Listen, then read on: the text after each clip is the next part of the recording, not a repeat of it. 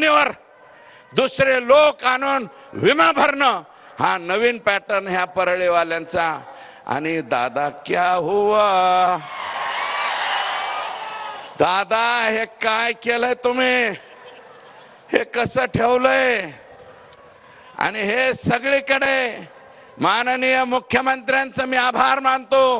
मुख्यमंत्र्यांनी सभागृहात जाहीर केलं 2-3 डिपार्टमेंटची हे करतो, कमिटी करतो आणि याची सखोल चौकशी करतो।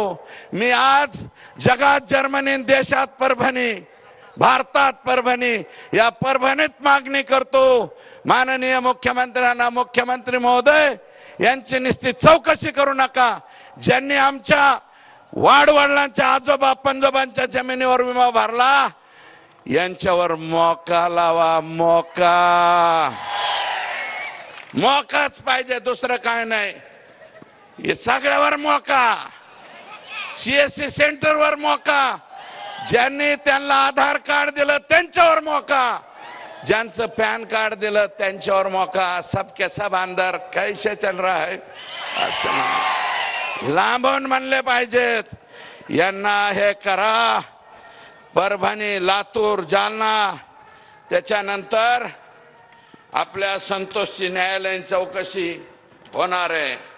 पण माझं मत आहे असं, विटेकर साहेब तुम्हाला माझी विनंती आहे, आमच्या मनोज दादांनी आंदोलन केलं, आम्हाला एकटं पाडण्याचा तुम्ही प्रयत्न केला, तुम्ही एकटं नाही, आता एक नवीन घोषणा काढायला पाहिजे। मला असं वाटतं एकच पर्व हे 2 नेते ह्यांचा समाज सुद्धा नाही, एकच पर्व हे 2 नेते सोडून सर्व बाकी सगळे जाती धर्माचे लोक हे आपले समजायचे, अशा प्रकारचे आपल्याला या ठिकाणी विनंती करतो।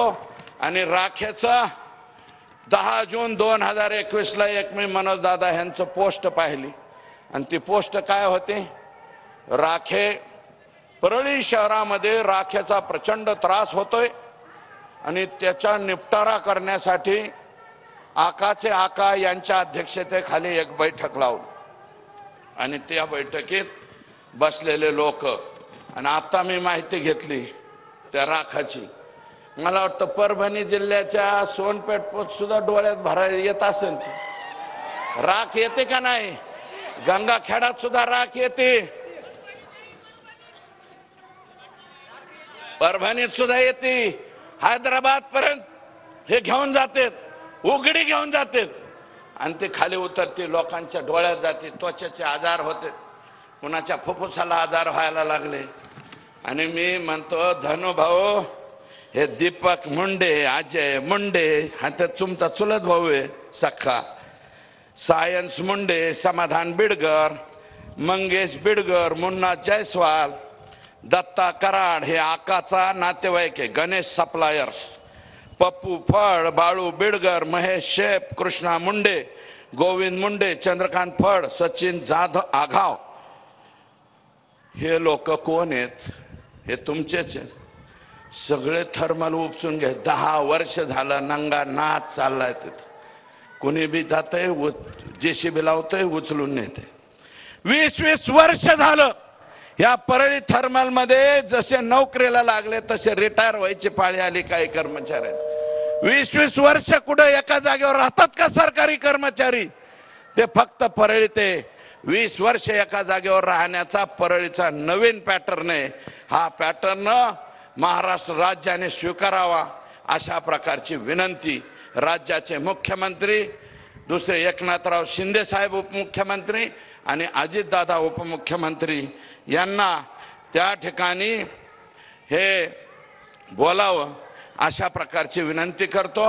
आणि बिंदू नामावलीची मी बीड जिल्ह्याची मागणी केली, तसं परळीत सुद्धा काहीतरी गोंधळ आहे, म्हणजे परभणीत सुद्धा गोंधळ आहे।